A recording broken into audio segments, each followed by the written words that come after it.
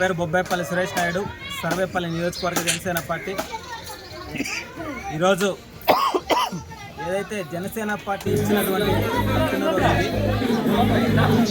అదేవిధంగా జనసేన పార్టీ ఇచ్చినటువంటి కుటుంబం ఈ సర్వేపల్లి నియోజకవర్గ అందులో భాగంగా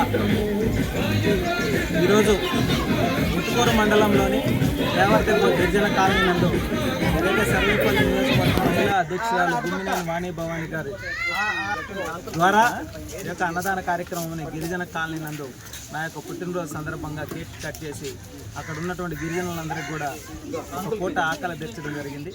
అదేవిధంగా ఏదైతే వెంకటాచలం మండలంలోని సర్వేపల్లి గ్రామ పంచాయతీ పరిధిలో ఉన్నటువంటి లింగంగుంట గిరిజన కాలనీ, నేను పుట్టకముందు పుట్టినటువంటి కాలనీ ఇది.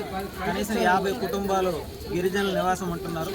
ఇక్కడ ఏదైతే సర్వేపల్లి నియోజకవర్గంలో నేను జెండా ఎత్తుకున్నప్పటి నుంచి ఈనాటి వరకు నా వెంట నడుస్తున్నటువంటి నా సోదర సమానుడు పినిశెట్టి మల్లికార్జున్ గారి నేతృత్వంలో ఈ యొక్క జామ మొక్కల పంపిణీ ఇక్కడ ఉన్నటువంటి గిరిజనులందరికీ కూడా పంపిణీ చేయడం, ఇక్కడ కేక్ కట్ చేయడం జరిగింది.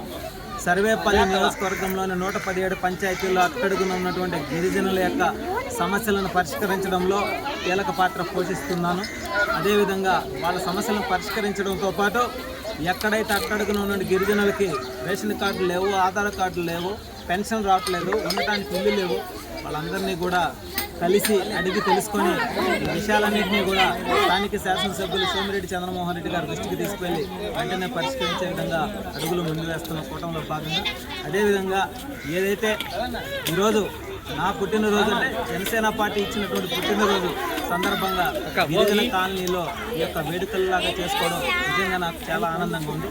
నేను నాకు తెలిసి మా అధినేత పవన్ కళ్యాణ్ గారి పుట్టినరోజు కావచ్చు, అదేవిధంగా జనసేన పార్టీ ఆవిర్భావ దినోత్సవం కావచ్చు, ఇంకెవరైనా సరే స్వతంత్ర సమరయోధుల యొక్క పుట్టినరోజులు, వర్ధంతులు ఇవన్నీ కూడా ఓన్లీ గిరిజన కాలనీలోనే చేయడం, అదేవిధంగా వాళ్ళకి ఒక పూట భోజనం పెట్టడం, లేదంటే అవసరమైతే నిత్యావసర సరుకులు ఇవ్వడం, ఇలాంటి కార్యక్రమాలు చేసుకుంటూ ముందుకు వెళ్తున్నాం.